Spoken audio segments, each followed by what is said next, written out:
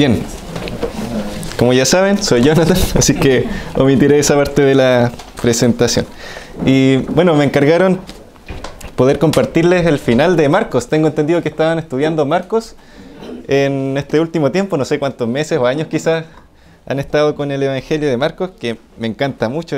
Es fantástico ver cómo el Señor era tan activo y revelándole a las personas que Él es el Hijo de Dios.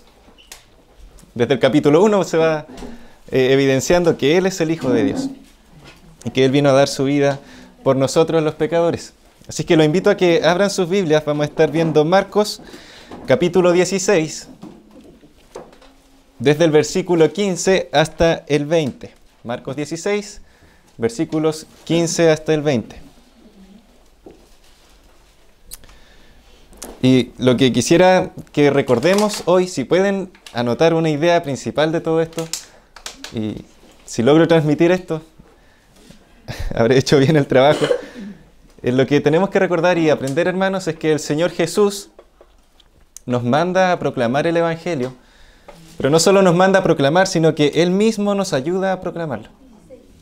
El Señor Jesús nos manda a proclamar el Evangelio y Él mismo nos ayuda a proclamarlo. Y esto vamos a ver en Marcos 16, desde el 15 hasta el 20. Ahora, quizás algunos están enterados de que este final de Marcos, algunos lo han entredicho o lo han cuestionado porque el estilo de los versículos 9 hasta el 20 es un tanto diferente a todo el resto del Evangelio. Y quizás probablemente otro autor terminó este Evangelio. Y algunos, incluso algunas traducciones sacan estos versículos como que si no fuera de la palabra del Señor. Pero estudiando más a fondo, hermanos,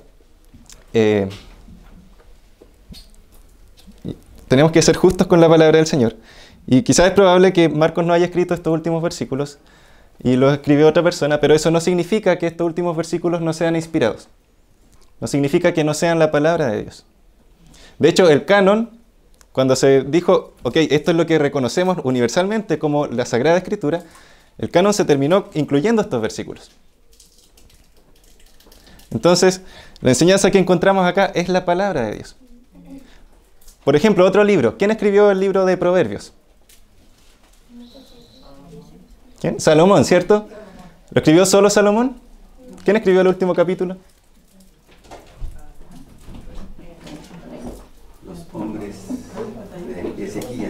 Hombres de Ezequías. Y hay muchos libros en el Antiguo Testamento que no se sabe ni siquiera quién fue el verdadero autor del libro, o libros que probablemente lo escribió Josué, por ejemplo, pero el final obviamente no lo escribió él porque ya estaba muerto. Y algo así quizás sucedió con Marcos.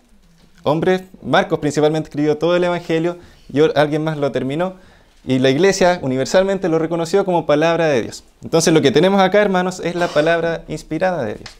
Y aunque no lo haya escrito Marcos, al final sí sigue siendo la palabra del Señor con su misma autoridad para nuestras vidas. Entonces el Evangelio de Marcos viene narrando ya en estos últimos versículos cómo el Señor resucitado se le apareció a María Magdalena. Eso lo vemos en los versículos 9 en adelante. Y ella le informó a los discípulos de Jesús, sus apóstoles, pero ellos no la creyeron. No le creyeron a María Magdalena, que había visto al Señor resucitado. Y luego el Señor apareció a otros dos que iban camino a Emaús, y ellos se lo volvieron a decir a los apóstoles, y ellos no creyeron. Es triste, pero finalmente, dice el versículo 14, se apareció a los 11 mismos, estando ellos sentados a la mesa, y les reprochó su incredulidad y dureza de corazón, porque no habían creído a los que le habían visto resucitado. Hubo una reprensión ahí de parte del Señor, porque no habían creído que realmente había resucitado. Y ahora nosotros vamos a ver que el Señor les ordena a estos 11 hacer lo mismo que intentaron hacer con ellos, es decir, hablarles del Evangelio del Señor que había resucitado, que ellos lo proclamen por todo el mundo. Ellos que antes no habían creído, ahora tienen que anunciar el mensaje para que otros crean. Y en ese sentido, hermanos, vamos a ver hoy que el Señor nos manda a nosotros también a proclamar el Evangelio en todo el mundo. Y Él mismo nos ayuda a hacerlo. ¿Les parece si leemos estos últimos versículos todos juntos? Luego vamos a ir viendo versículo a versículo. Dice así la palabra del Señor, versículo 15. Y les dijo, id por todo el mundo y predicad el evangelio a toda criatura. El que creyere y fuere bautizado será salvo, mas el que no creyere será condenado. Y estas señales seguirán a los que creen. En mi nombre echarán fuera demonios, hablarán nuevas lenguas, tomarán en las manos serpientes, y si bebieren cosa mortífera, no les hará daño. Los enfermos pondrán sus manos y sanarán. Y el Señor, después que les habló, fue recibido arriba en el cielo y se sentó a la diestra de Dios. Y ellos, saliendo, predicaron en todas partes, ayudándoles el Señor, confirmando la palabra con las señales que las seguían. Amén. Oremos al Señor. Padre, te doy gracias por este privilegio de habernos traído hasta acá al norte para compartir y conocer a nuestros hermanos y ahora estar con mis hermanos acá en Punta Mira. Estamos ante tu presencia, Señor, ante tu palabra. Ruego que me ayudes a transmitir lo que tú me enseñaste. Que sea enseñanza tuya para mis hermanos, Señor. Y que la visión como iglesia sea esta de proclamar tu evangelio, Señor, por todo el mundo. Sabiendo que tú mismo nos ayudas a hacerlo, Señor. Teniendo siempre presente que tú estás a la diestra de Dios Padre, con todo el poder y la autoridad sobre todo el universo. Y confiando en eso, hagamos nosotros nuestra labor. Ayúdanos ahora a quitar cualquier otra distracción de nuestras mentes para poner nuestros pensamientos en tu palabra, Señor, y lo que quieres hablar a nuestras vidas hoy. Lo ruego en el nombre de Jesús.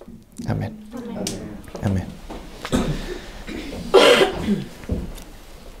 Hermanos, el Señor Jesús nos manda a proclamar el evangelio a todo el mundo.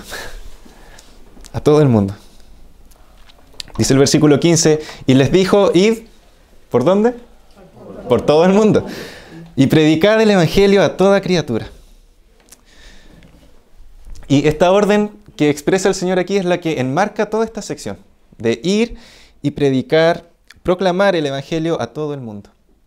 Quizás estos hombres judíos no tenían muchas expectativas de salir de sus tierras, del lugar donde ellos se movían por lo general. Quizás nunca pensaban salir de Israel. Probablemente algunos proyectaban vivir su vida ahí mismo en su ciudad natal hasta morir. Pero independiente de lo que cada uno haya pensado para el futuro, ahora tenían la orden del Señor Jesús, del Cristo resucitado. Y esta orden era ir por todo el mundo y predicar el evangelio. Y hermanos, esto es un mandato vigente para nosotros hoy también. Nuestra misión es hacer discípulos en todo el mundo. Y cuando un discípulo, un seguidor de Jesús, hace su labor, el mundo empieza a cambiar. Consideremos, por ejemplo, al apóstol Pablo. ¿Saben cuánto recorrió Pablo en su vida como creyente, predicando el evangelio?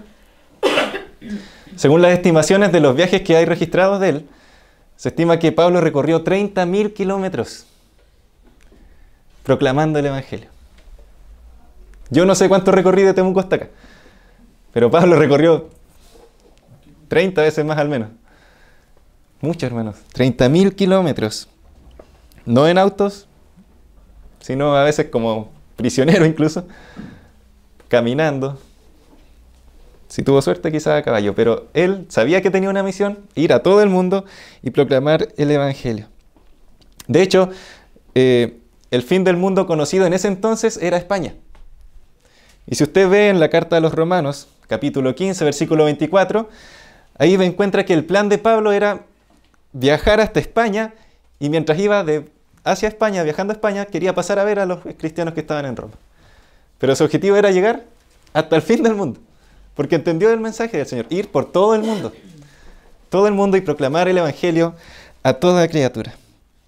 Puede corroborarlo ahí en Romanos capítulo 15, versículo 24. El fin del mundo conocido en ese entonces era España, y Pablo quería ir hasta el fin del mundo.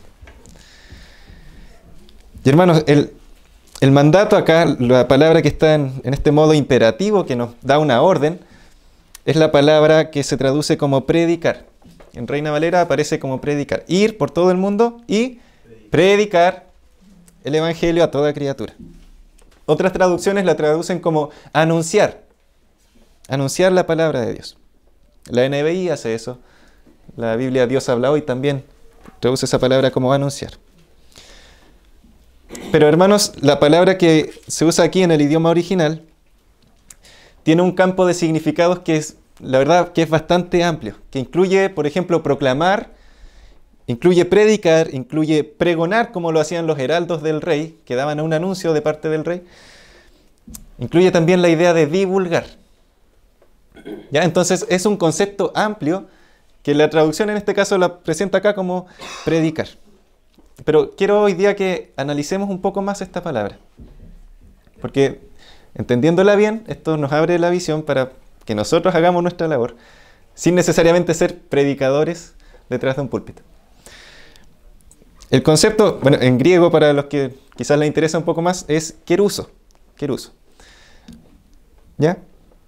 Y un diccionario teológico analiza esta palabra y dice fundamentalmente que este concepto es la declaración de un acontecimiento. Por decir algo, ¿ganó Coquimbo Unido? Ya. Y ahí se divulga ese acontecimiento. Y usted le puede decir a su vecino, oh, ganó Coquimbo Unido. Ya, ahí se empieza a divulgar. O si gana La Serena. A eso no dan ganas de divulgarlo, ¿cierto? Ya, pero pensemos que ganó Coquimbo. Ya, el acento se pone en la proclamación dinámica, ¿ya? De diversas formas. La idea es proclamar el acontecimiento, lo que haya ocurrido. De eso se trata el concepto de keruso o predicar, anunciar, ¿ya? Y la meta de esta proclamación, en este caso, es la fe más que el entendimiento. Es que la gente crea. No solo que entienda el mensaje, que crean. Jesús no solo trajo una enseñanza, Él trajo un mensaje, hermanos. Y si a usted le dan un mensaje, la idea es que crea ese mensaje y haga algo con eso. Si dieran solamente una clase al respecto, uno ya queda conforme con que hayan aprendido un poco más. Pero esto es un mensaje. El Evangelio es un mensaje que tiene que ser proclamado. Por supuesto, hay mucha enseñanza en eso, pero es un mensaje fundamentalmente que tiene que ser creído. Por eso se apela también a una respuesta en los que reciben el mensaje. Como si aquí dijéramos, ¿hay fuego en la cocina? Yo no esperaría que ninguno se quede sentado acá, que alguien quizás fuera a ver si realmente hay fuego, que se preocupe de los niños que están ahí al lado. Y no solo que me describan, nada, si el fuego empieza a consumir, necesita un combustible, un comburente. No, el mensaje es que hay fuego y hay que hacer algo, ¿cierto? Deberíamos hacer algo. Entonces la palabra que aquí el autor pone como predicar o proclamar, se trata de un mensaje que se espera que la gente crea. Y hermanos, a través de los siglos el anuncio del Evangelio se vio naturalmente ligado a una predicación formal en cada iglesia. Pero al principio este concepto no estaba encasillado a esta predicación de un predicador detrás de un púlpito. ¿Ya?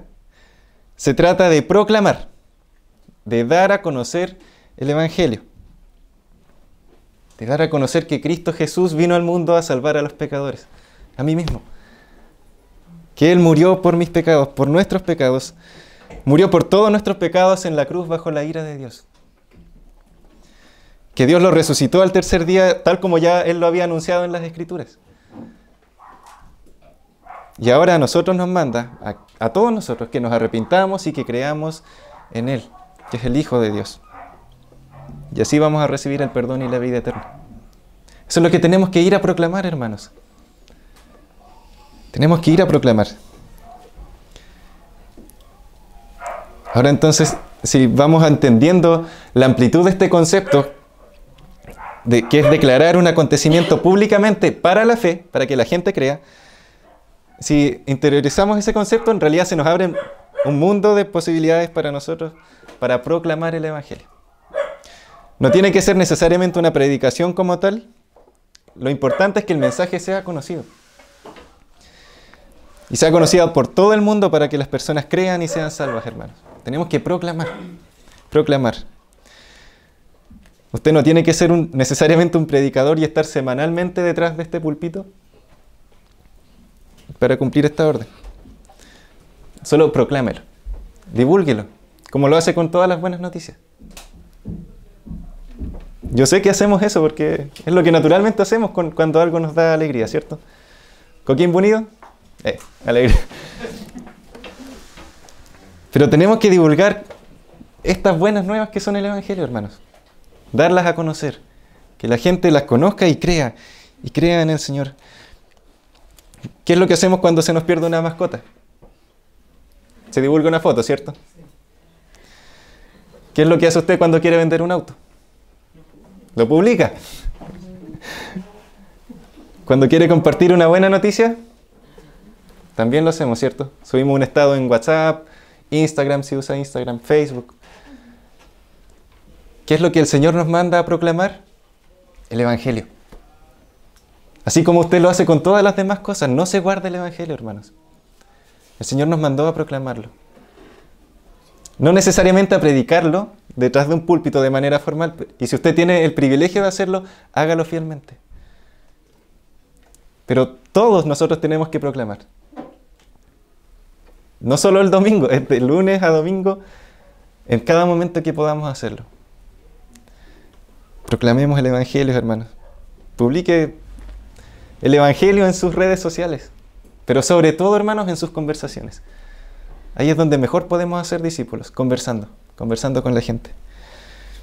¿Cuál es el alcance de este mandato? Está ahí mismo en el versículo 15. Ir a punta mira. ¿Dice punta mira ahí?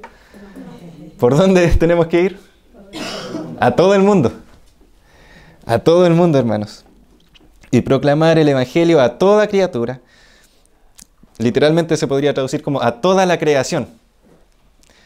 Tenemos que ir a todo el lugar. Obviamente donde hayan personas. No es que voy a ir a proclamar el Evangelio a Marte. No tiene sentido. Pero hermanos, acá tenemos que proclamar el Evangelio en este mundo. Aunque la obra de Cristo también tiene su parte redentora en la creación. De hecho, Romanos 8 dice que la creación misma gime para ver la redención gloriosa de los hijos de Dios. Mire lo que dice en Colosenses 1:23. Cómo Pablo tenía este enfoque de hacia dónde debía proclamar el Evangelio. Colosenses, capítulo 1, versículo 23. Si se confunden esa epístola, a mí me sirvió memorizarlo. Es como las vocales. A, E, I, O. Está Gálatas, Efesios, Filipenses, Colosenses. Colosenses 1:23. Ahí dice Pablo: si en verdad permanecéis fundados y firmes en la fe, sin moveros de la esperanza del Evangelio que habéis oído, el cual se predica en toda la creación que está debajo del cielo, del cual yo, Pablo, fui hecho ministro. ¿Cuál era el enfoque? Hermanos, en toda la creación. A todo el mundo. A todo el mundo. La proclamación exige mensajeros y la existencia de mensajeros implica también un comisionamiento. Y aquí vemos que el Señor Jesús es el que nos manda a proclamar el Evangelio por todo el mundo. Y el envío ahora para los apóstoles en concreto era a todo el mundo. En su momento, cuando Él ya los había enviado primero a las ovejas de la casa de Israel.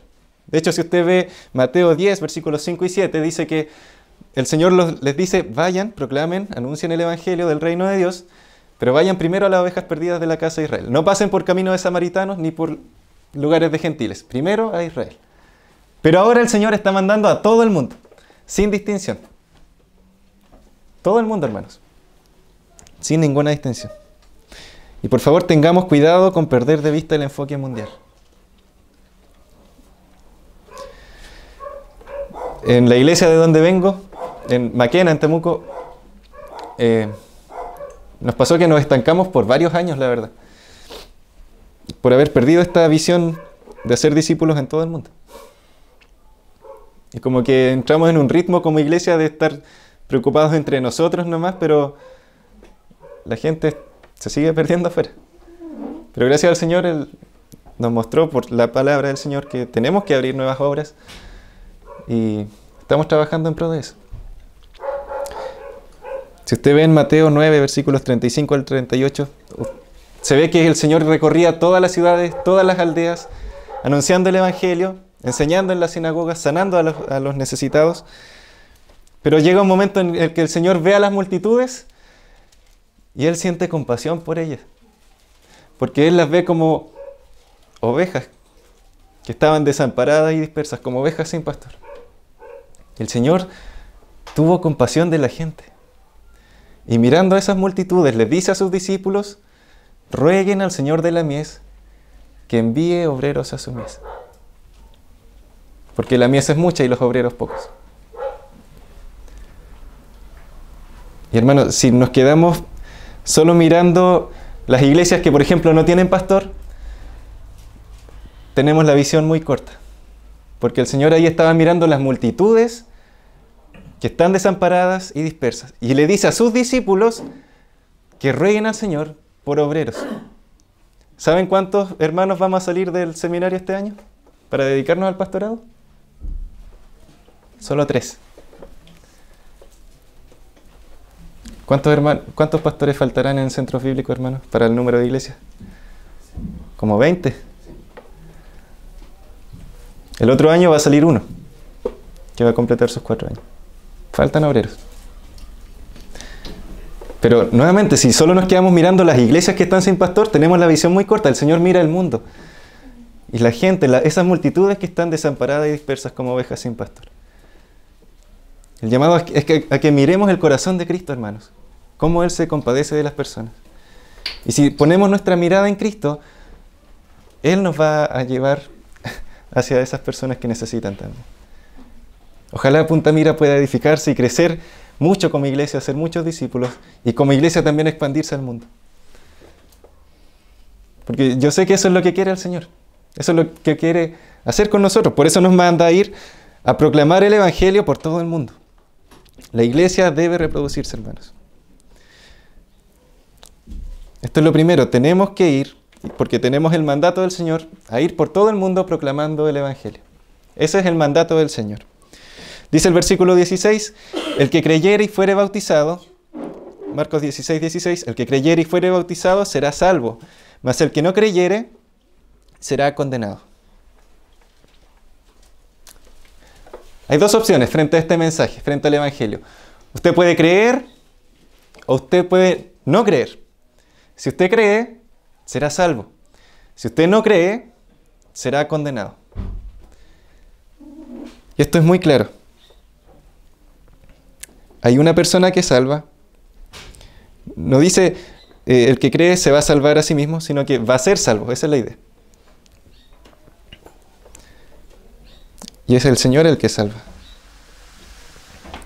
El Señor nos da esta gracia para creer en Él, para ser salvos por Él. Para recibir la salvación es necesario creer. Creer, hermanos. Creer en el Evangelio. No solo entender el mensaje, es creerlo. Es creerlo. Creerlo de corazón. Y obviamente para cada creyente lo natural es que si creyó, quiera bautizarse. Porque eso es lo que identifica a los discípulos del Señor. Por eso el que cree y se bautiza, bien, es salvo. En otras palabras, el que cree y demuestra que cree bautizándose, obedeciendo, es salvo. El que no cree es condenado. Lo determinante aquí no es el bautismo, hermanos, es la fe. Es la fe. ¿Cómo sabemos eso? Porque esto es lo que se contrapone aquí. Hay unos que creen, que obviamente se bautizan, y esos son salvos, y los que no creen, y ellos serán condenados. Y eso es lo que afirma la palabra del Señor. Eso es lo que la palabra del Señor aquí afirma. Igual de cierto que quien cree será salvo por el Señor, así también el que no cree será condenado. Y este versículo es muy claro en eso. Creer en el Señor, en el Evangelio, es salvación, y el que no cree, condenación. Condenación y justa condenación por sus pecados.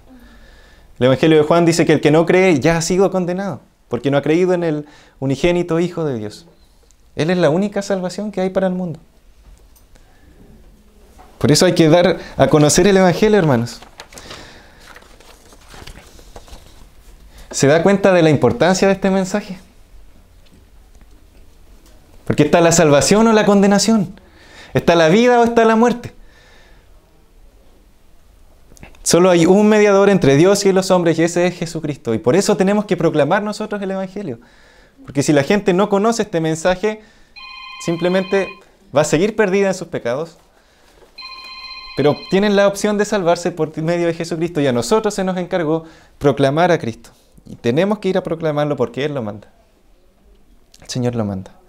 Y ahora a continuación se mencionan señales o milagros que siguen en los que creen.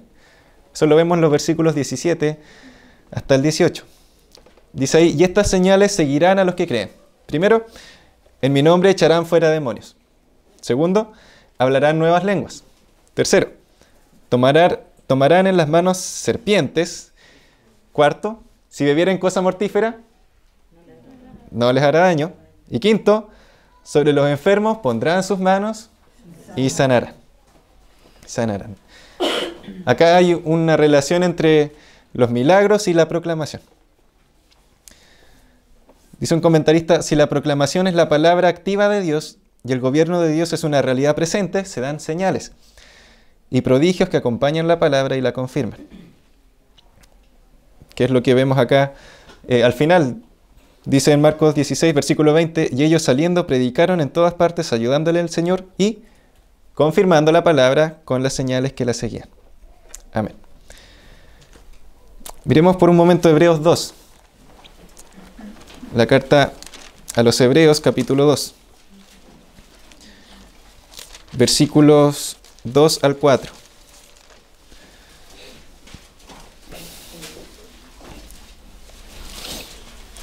Mire cómo habla el autor de los Hebreos de esto de la proclamación del Evangelio y cómo también iba acompañado de las señales al inicio del tiempo de la iglesia. Hebreos 2, 2 al 4 dice, porque si la palabra dicha por medio de los ángeles fue firme, y toda transgresión y desobediencia recibió justa retribución, ¿cómo escaparemos nosotros si descuidamos una salvación tan grande? La cual, habiendo sido anunciada primeramente por el Señor, nos fue confirmada por los que oyeron, testificando Dios juntamente con ellos, con señales y prodigios y diversos milagros, y repartimientos del Espíritu Santo según su voluntad. ¿Quién es el que iba confirmando esto? No eran las personas mismas, era Dios. Él hacía las señales. Hacía los prodigios, estos milagros en ese tiempo. Confirmando la palabra del Señor. Según su voluntad. Según su voluntad. Para los creyentes los milagros demuestran la realidad del mensaje, pero a los no creyentes se les niegan las señales. Porque estas señales son para los que creen, dice Marcos. Y se les niegan las señales a los que no creen porque el propósito no es imponerles la fe. De hecho, Jesús mismo minimiza en general las señales. ¿Se recuerdan en ese momento de la tentación? Donde Satanás le tienta al Señor y le dice, a ver, si eres hijo de Dios, convierte esta piedra en pan. Haz una señal. Lánzate del pináculo del templo a ver que te agarren los angelitos. Pero el Señor le dijo, no. Escrito está, no tentarás al Señor tu Dios. Escrito está, no solo de pan vive el hombre, de toda palabra que sale de la boca de Dios, citando a Deuteronomio. Pero el Señor no era su foco las señales en sí. En Marcos 5, versículo 43, el Señor resucita a una niña, pero el Señor encarga cuidadosamente, por favor, no lo digan a nadie. No hagan espectáculo con esta señal. Manténganlo ahí. Resérvenlo. En Marcos mismo, después de las curaciones, en capítulo 1, versículos 32, fue un día intenso para el Señor. Muchos enfermos después del día de reposo, endemoniados, y los sanó a todos. Después se apartó para orar solo. Y en la mañana siguiente va Pedro y le dice, Señor, todos te buscan. Haz señales, por favor, Señor, sánalo. Pero el Señor, ¿qué le dice? No, tengo que ir a estos otros lugares también a predicar el Evangelio. Porque el foco del Señor era el mensaje, hermanos. El mensaje más que las señales. Tengo que ir a predicar en otras aldeas, pues para esto he venido. Dice Marcos 1:38. Lo que cuenta es la proclamación. Y los actos de poder son sencillamente señales de que el reino de Dios efectivamente había venido con ellas. Y hermanos, todas las cosas que se mencionan aquí como señales, excepto lo de beber algo mortífero, están registradas en el Nuevo Testamento y especialmente en el libro de los Hechos, que fueron señales que acompañaron en sus inicios la proclamación del Evangelio. Voy a dar algunas citas acá, no las vamos a buscar porque el tiempo no nos va a alcanzar. Pero por ejemplo, echar fuera demonios se ve en Hechos 5, versículo 16, en Hechos 8:7, en Hechos 16:18 y Hechos 19:12. Hablar en nuevas lenguas, que esto es otros idiomas, entendidos por otras personas para proclamar efectivamente el Evangelio. Hechos 2, versículos 1 al 11, Hechos 10, versículos 44 al 46 y Hechos 19:6. Tomar en las manos serpientes y que no les pase nada, fue lo que le pasó a Pablo en Hechos 28, versículos 3 al 5. Iban a hacer fuego, tomó unas ramitas y había una víbora. Mala suerte de Pablo. Y pensaron que iba a morir porque se le prendió la víbora en la mano, pero Pablo, gracias al Señor, no le pasó nada. ¿Señal del Señor? Amén. Sí. Poner las manos sobre los enfermos, Hechos 9:12, Hechos 28:8. Hubo muchas señales que acompañaron la proclamación del Evangelio. Y están ahí registradas en la palabra del Señor. Porque el Señor es Dios Todopoderoso. Él tocó al leproso y lo sanó. Le dijo, quiero sanarte, sé limpio. Lo tocó y lo sanó. Los demonios que aterrorizaban a la gente, ellos mismos se vieron aterrorizados ante la presencia del Señor Jesús. Y le decían, has venido para atormentarnos antes de tiempo. Porque sabían que estaban ante el Dios Todopoderoso en Jesús. Y el Señor les daba la autoridad ahora a sus apóstoles para hacer estas mismas actos que eran confirmación del Señor con ellos. Era el Señor haciendo esto a través de ellos, confirmando el mensaje. Y la pregunta obvia es, ¿esto sigue hoy?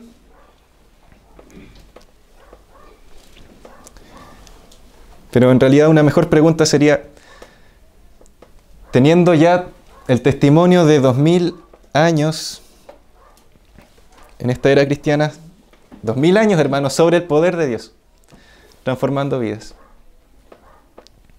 Incluso desde antes de la creación se puede ver el poder de Dios. ¿Realmente necesitamos andar siguiendo estas señales?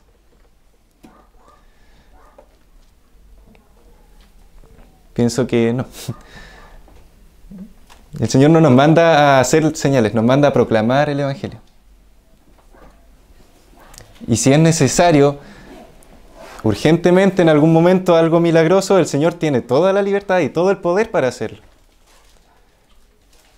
Testimonios en las historias de las misiones hay muchos. Hay muchos. Pero no es que vayamos a andar creyéndonos hacedores de milagros nosotros. El Señor es el que hace los milagros. Si Él lo estima conveniente, según su voluntad, como leímos en Hebreos. Puede ser que como creyentes pasemos enfermedades terribles. El mismo Job. Y Dios dijo, este varón perfecto, íntegro, temeroso de Dios. Justo en todas sus cosas. Pablo tenía una aflicción en la carne. Y él que andaba sanando a otros también, no pudo sanarse a sí mismo. No era la voluntad del Señor ahí. Es según la voluntad del Señor. Pero si el Señor quiere hacerlo, Él es libre y soberano de hacerlo. ¿Ya? No tenemos que nosotros encerrar al Señor. Y tampoco debemos obligarlo, tentarlo, como Satanás lo hizo con Jesús, a que haga señales, si Él no quiere. Lo que sí tenemos que hacer, hermanos, es proclamar el Evangelio por todo el mundo. Ese es el mandato. Tenemos que ir y proclamar el Evangelio por todo el mundo. Pero esto no lo hacemos solos. El mismo Señor Jesús nos ayuda. Miren lo que dice después, versículos 19 y 20. Vamos a ver el versículo 19 primero. El Señor nos ayuda a proclamar el Evangelio en todas partes, hermanos. Dice el versículo 19, y el Señor Jesús, después que les habló, fue recibido arriba en el cielo y se sentó a la diestra de Dios. Literalmente dice, el Señor fue tomado hacia arriba. Como que alguien lo levantó. Esa es la idea. Él fue tomado hacia el cielo y se sentó a la derecha de Dios. Y ahora la palabra que se usa acá como que fue tomado es la misma palabra que en el Antiguo Testamento se usa para cuando Elías sube al cielo. También fue tomado así. En el caso de Elías, quizá ustedes recuerdan, se dice ahí en la palabra del Señor, segundo de Reyes, que Elías subió al cielo en un torbellino mientras se veían unos carros de fuego con caballos de fuego alrededor. Fue un tremendo espectáculo. Y ahí Elías fue tomado. Ahora, la ascensión de Jesús fue más discreta en este sentido. Fue más discreta que la de Elías, pero, ¿saben? El Señor llegó más allá. Jesús llegó a la diestra del trono de Dios. Por decirlo de una manera, Elías solo subió al cielo, pero Jesús subió a sentarse a la diestra de Dios en los cielos. La diestra de Dios, hermanos, simboliza la autoridad que Jesús comparte con Dios el Padre y el poder de esa autoridad. De hecho, ya hubo una alusión de esto en el mismo Evangelio de Marcos, capítulo 14. Vaya ahí una hoja más atrás. Marcos 14, versículo 62. Estaba el sumo sacerdote diciéndole, ¿eres tú el Cristo, el Hijo del bendito? Y lo hizo conjurar. Tenía que responder sí o sí. Y él le dijo, yo soy. Y veréis al Hijo del Hombre sentado a la diestra del poder de Dios. A la diestra del poder de Dios. Hermanos, que Jesús se sienta a la diestra de Dios significa que el Señor Jesús reina como un agente de Dios. Está ahí con todo el poder. Por eso el relato paralelo en Mateo dice, el Señor, toda autoridad me es dada en los cielos y en la tierra. Por tanto, vayan a ser discípulos. Ay.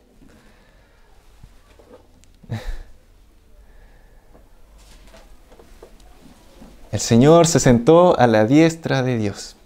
Repite esa frase en su mente, a la diestra de Dios. A la diestra de Dios. Si usted quizás leyó el libro de los Salmos, le va a hacer eco con Salmos capítulo 110, versículo 1. Jehová dijo a mi Señor, siéntate a mi diestra, hasta que ponga a tus enemigos por estrado de tus pies. El Señor se sentó ahí a la diestra de Jehová, en los cielos.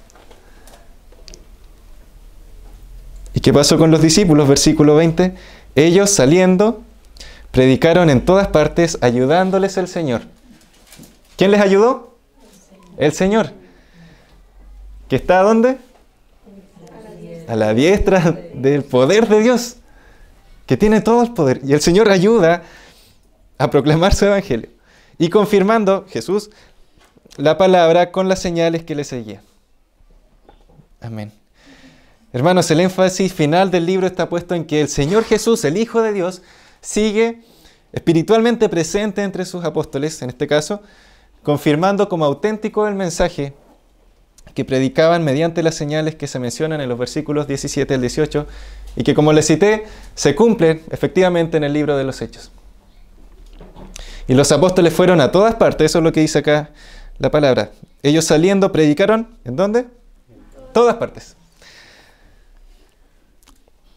Y el Señor Jesús iba con ellos ayudándoles. Ayudándoles el Señor. Ahora, la palabra ayuda literalmente se traduciría como trabajando juntos. Esa es la idea. Trabajar juntos. Y el Señor estaba trabajando junto a sus discípulos ahí a proclamar su evangelio. Y es lo que hace hoy con nosotros, hermanos.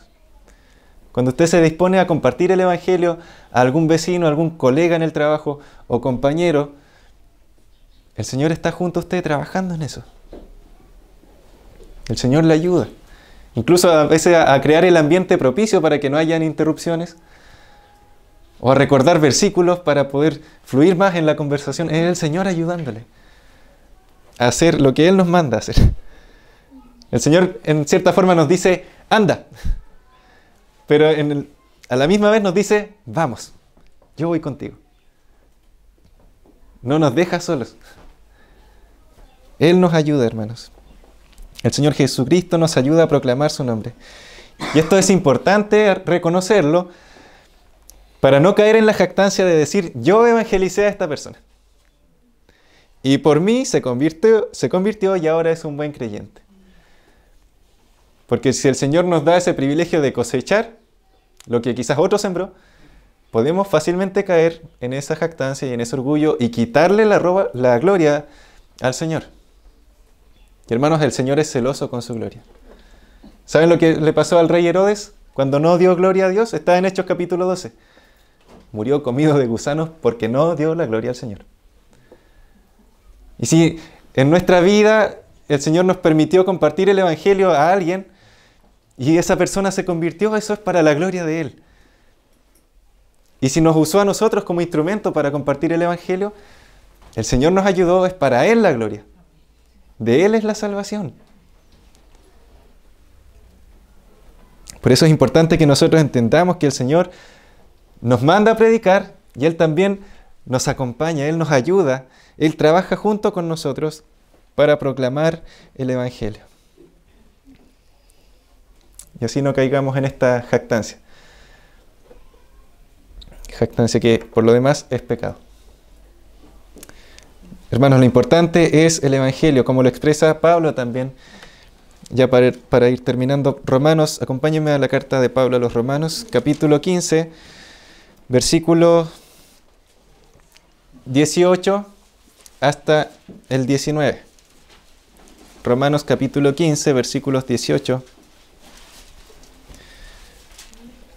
al 19.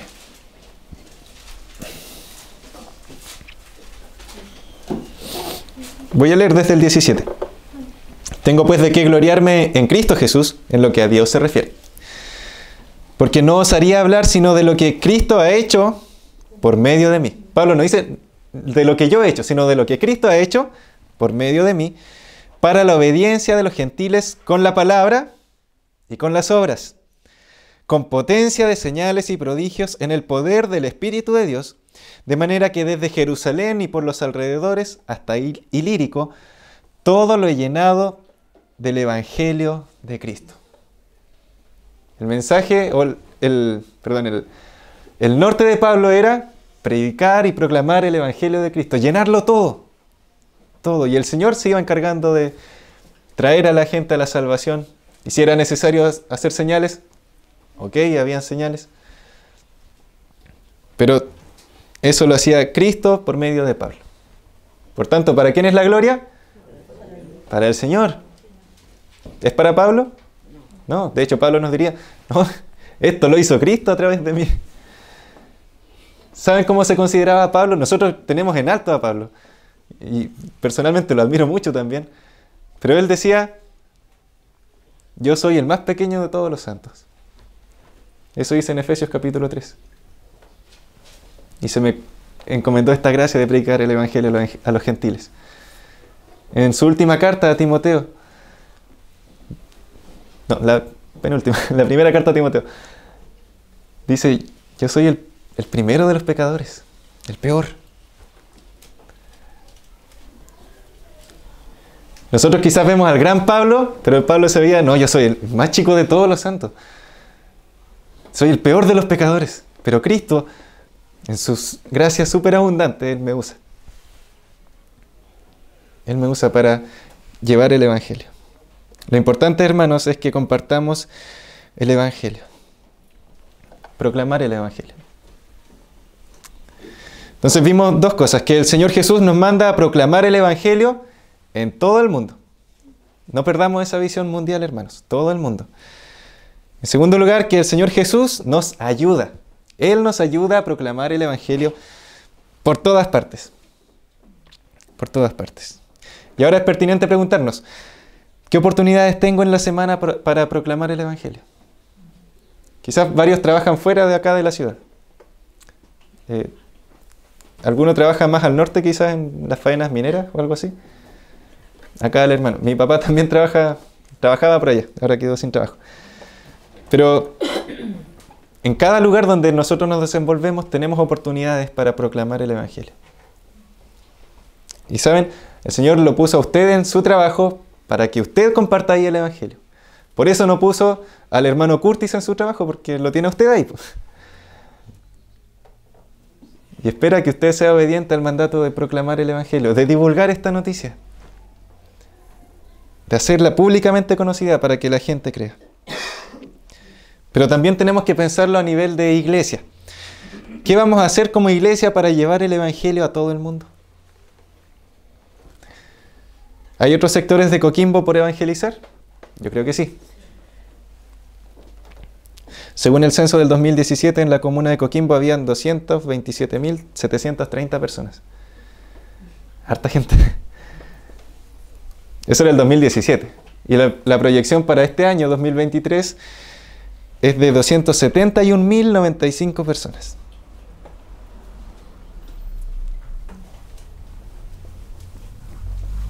Ir y proclamar el Evangelio.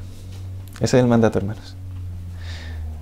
Aquí en lo que queda de Coquimbo, que es mucho, en San Ramón, en Panul, en El Carmen, Totoralillo, Algarrobito, Guayihuayca, Tongoy, La Paz, saliendo de Chile, Caracas, Puerto Príncipe, Dubái, Eritrea, Polonia, Nueva Delhi.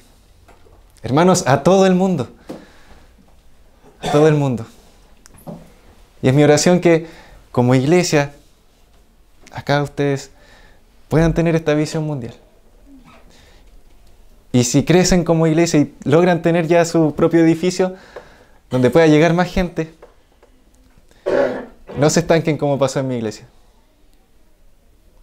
No pierdan la visión de abrir nuevas obras en otros sectores de Coquimbo y seguir expandiendo. Comisionar a un hermano para que vaya a otras partes del mundo. Porque si nos quedamos solos acá, entre nosotros, hermanos, de verdad nos vamos a estancar. Y es fácil porque es más cómodo quedarse acá. Pero el Señor nos dice, vayan.